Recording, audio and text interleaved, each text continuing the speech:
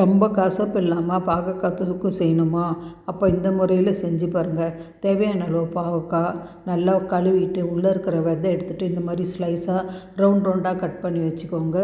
இதுக்கு 6 பல் பூண்டு, ஒரு வெங்காயம், பெரிய வெங்காயம் பெரிய சைஸு, 2 தக்காளி மீடியம் சைஸ் தக்காளி, அப்புறம் தேங்காய் 1/4 மூடியில் பாதி அளவுக்கு அரைச்சி வச்சுருக்கேன்.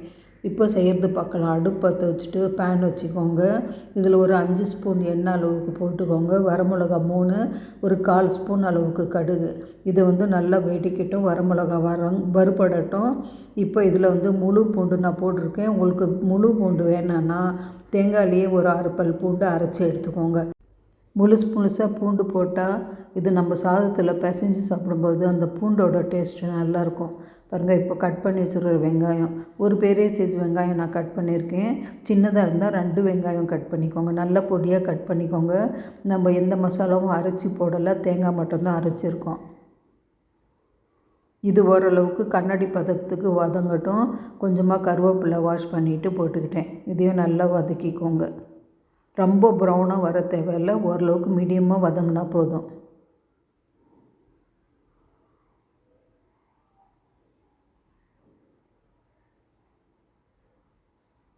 பாருங்கள், இந்த அளவுக்கு வதங்கியிருக்கு. இப்போ நம்ம பாவக்காய் கட் பண்ணி வச்சுருக்கோம் இல்லையா, இந்த எண்ணெயிலே போட்டு நல்லா வதக்கிக்கலாம். இந்த எண்ணெயிலே பாகற்காய் வறுக்கிறதால அந்த கசப்பு தன்மை போயிடும் பாகற்காயில். பாருங்கள், நல்லா வறுத்துக்கோங்க. ஃப்ளேம் மீடியமாகவே இருக்கட்டும். பாவக்காய் கலர் சேஞ்ச் ஆகாத மாதிரி நல்லா வறுத்துக்கோங்க. இப்போ இதுக்கு மசாலா குழம்பு மிளகாத்தூள் ஒரு 2.5 ஸ்பூன் அளவுக்கு போட்டிருக்கேன்.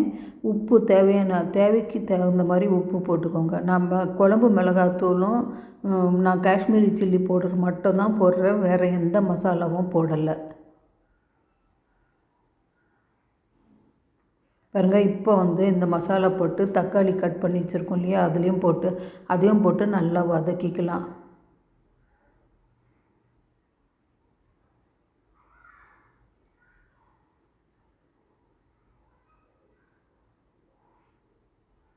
இதையும் நல்லா கலந்து விட்டு வதக்கிக்கோங்க. நம்ம உப்பு போட்டிருக்கோம். நம்ம கடைசியாக பத்தலைன்னா உப்பு செக் பண்ணிவிட்டு போட்டுக்கலாம். கொஞ்சம் நேரம் நல்லா வதக்கி விடுங்க. அப்புறம் நம்ம தண்ணி போட்டு வேக வச்சிடலாம் பாகற்காயை.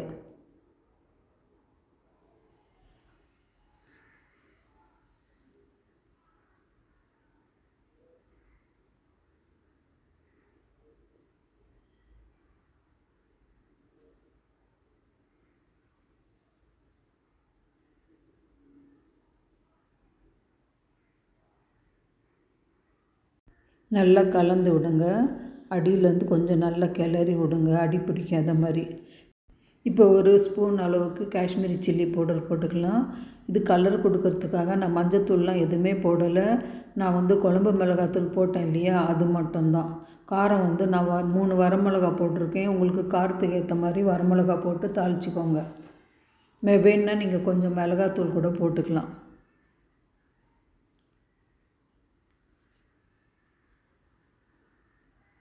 நல்லா கலந்து விட்டு இப்போ இந்த பாகற்காய் வேகிறதுக்கு தேவையான அளவு தண்ணி போட்டு நம்ம வேக வச்சு எடுத்துக்கலாம். தண்ணி 1 டம்ளர் தண்ணி அளவுக்கு நான் போடுறேன். உங்களுக்கு கிரேவியாக வேணுன்னா இன்னும் ஒரு 1/2 டம்ளர் கூட நீங்கள் எக்ஸ்ட்ராவாக போட்டுக்கலாம். தொக்கு மாதிரி செஞ்சிங்கன்னா கொஞ்சம் கம்மியாக போடுங்க. பாருங்கள், இது நல்லா கொதித்து வருது. இதை மூடி போட்டு வேக வச்சுக்கலாம்.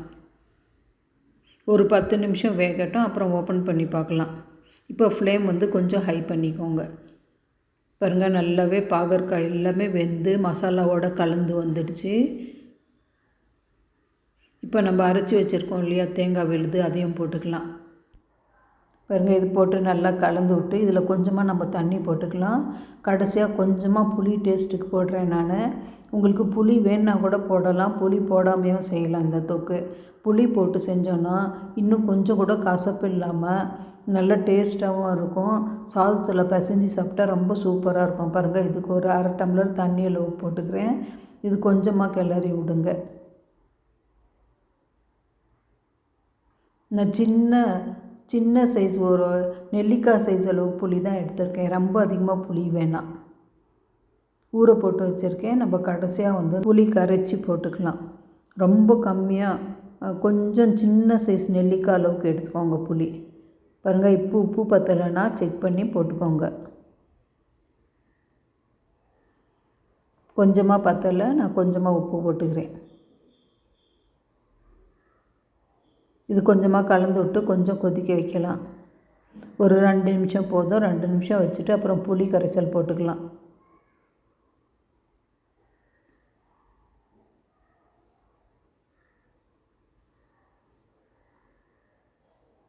பாருங்கள், இந்த அளவுக்கு நான் புளி தான் எடுத்திருக்கேன். இதை நல்லா கரைச்சிட்டு நம்ம இந்த கிரேவி இந்த தொக்கில் போட்டுக்கலாம்.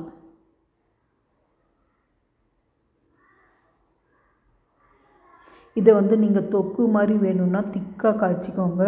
கொஞ்சம் கிரேவி மாதிரி வேணும்னா கொஞ்சம் தண்ணியாக வச்சுக்கோங்க. நல்லா புளி கரைச்சி போட்டு நல்லா கலந்து விட்டுக்கோங்க.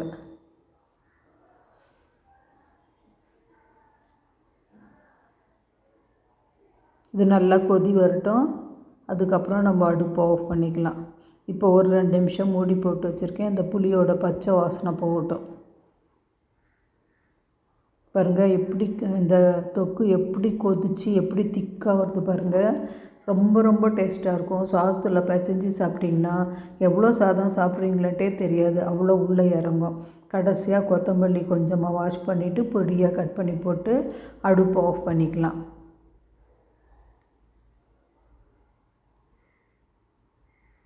உங்களுக்கு வெல்லம் வேணுன்னா கொஞ்சமாக வெல்லம் இந்த ஸ்டேஜில் சின்ன துண்டு பீஸு வெல்லம் போட்டுக்கோங்க. ரொம்ப அதுவும் நல்லாயிருக்கும்.